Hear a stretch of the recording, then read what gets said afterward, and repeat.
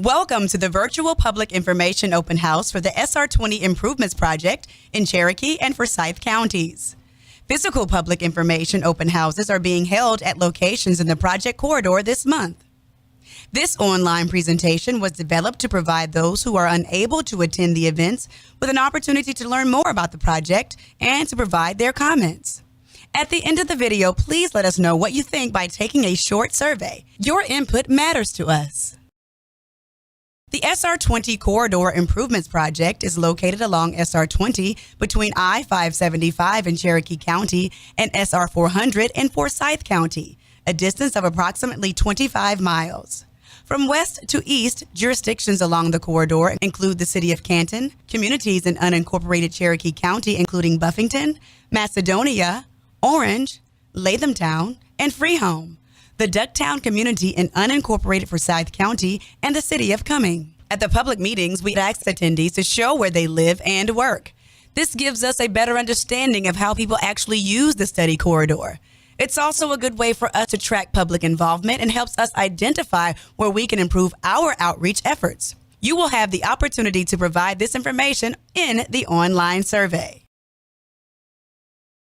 The SR20 Corridor Improvements Project will complete an Environmental Impact Statement, or EIS, for the proposed improvements as part of the National Environmental Policy Act process, otherwise known as NEPA. In the EIS, the proposed alternatives will be compared to a no-build or do-nothing alternative and analyzed for impacts on the study area. An impact is a change or effect that results from an activity. Impacts can be positive, negative, or both. The EIS will describe in detail the impacts as well as ways to mitigate, lessen, or remove the negative impacts. Through the EIS, documentation and disclosure of all the potential impacts and mitigation tools provides the public, stakeholders, and agencies with the necessary information to make an educated decision about the project. The Notice of Intent, or NOI, published in April, initiated the scoping phase of the project.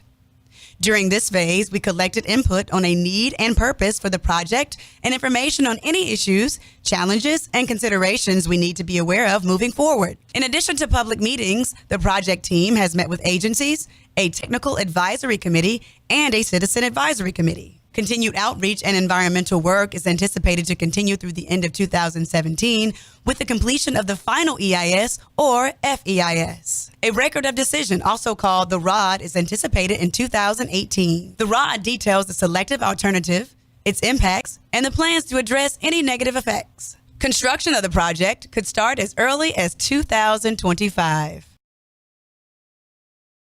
The Georgia Department of Transportation hosted 2 public information open houses in May of 2013 to gain input from the local residents and corridor users on improvements and safety concerns along the study corridor. These meetings were the first step in the project development process, also known as scoping. More than 360 citizens attended the 2 scoping meetings. Attendees were given the opportunity to talk to the project team and provide feedback on a series of informational boards that displayed project-related material. Attendees were also encouraged to complete a comment form that asks a series of questions. From the comment forms, we learned that most stakeholders use SR20 regularly for local trips and that more lanes are desired. We heard that solutions are needed to solve the issue of bottlenecks at local intersections. The comment form also asked for input on priorities. Improving safety weighed in as the top priority among respondents, followed by improving travel times and serving local trips. Input gathered from the public at the scoping meetings has been instrumental in refining the project's need and purpose and was also used to shape the criteria used to screen alternatives. Your input will continue to play a major role as the project team continues to analyze the alternatives going forward.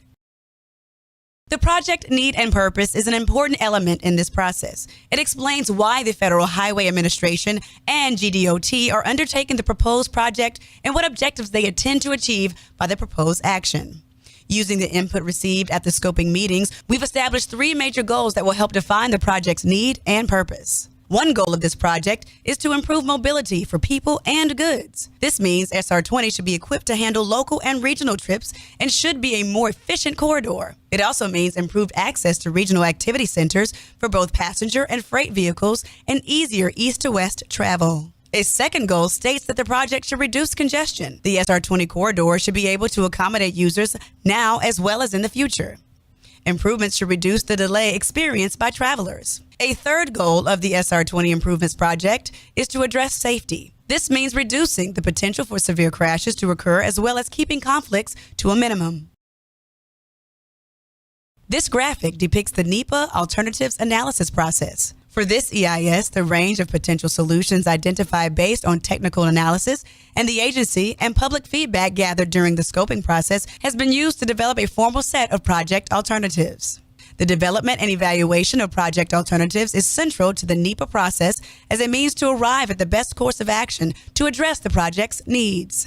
As required by NEPA, the project has identified a reasonable range of alternatives, including a no-build or do-nothing alternative and several build alternatives. These alternatives will be rigorously explored and objectively evaluated to determine their ability to address the project's need and purpose, advantages and disadvantages, and potential environmental impacts. The screening of alternatives will compare each of the alternatives based on various elements and will lead to the selection of a range of alternatives that will be further analyzed at a more detailed level through the draft EIS. Finally, we will arrive at the best possible solution or the preferred alternative. At this time, the project alternatives have undergone the Screen 1 level of analysis in the NEPA process. Here, the project need and purpose is used as the basis for analysis. Each alternative strategy is measured against the objectives for each of the three goals: addressing safety, reducing congestion, and improving mobility. In this analysis, each alternative receives one of three ratings for each objective. The exceeds rating is applied to an objective of the need and purpose when the alternative has a high potential to satisfy the objective. The meets rating is applied to an objective of the need and purpose when the alternative has some potential to satisfy the objective.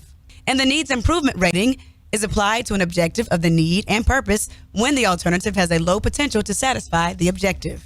The draft report documenting the Screen 1 analysis is available for download on the project website. The alternatives shown represent the preliminary set of strategies that have passed the Screen 1 process.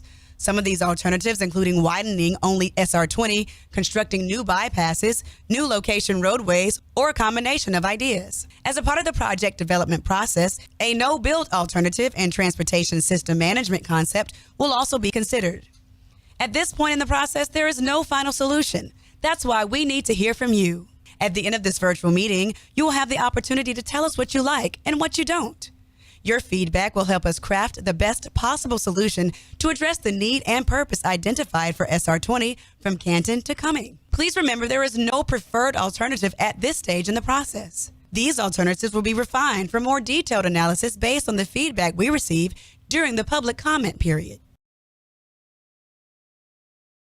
After this round of public meetings, the project will move into the Screen 2 level of analysis. At this stage, alternatives will be scored against a set of performance criteria, whose measures include user benefits, safety, potential environmental and community impacts, costs, and other considerations. These results will be shared with the public in 2014, and at that time, we'll revisit what alternatives move forward for further analysis.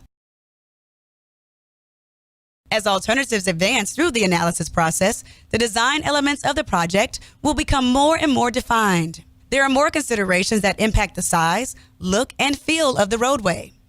At this point in the process, we are at a very high level of analysis and have not made any of these decisions. We'd like to gather input from you about what you might like to see in terms of facility type. For example, whether the road is for higher speed or lower speed traffic, and special features such as medians, sidewalks, and bike lanes. This image depicts the process we will follow as we move from a range of general corridors to a more refined design. At this stage in the process, we are studying general corridors that are approximately 250 to 300 feet wide. This allows us to study an area that is wider than what we will likely need for the roadway, allowing flexibility as the alternatives are defined.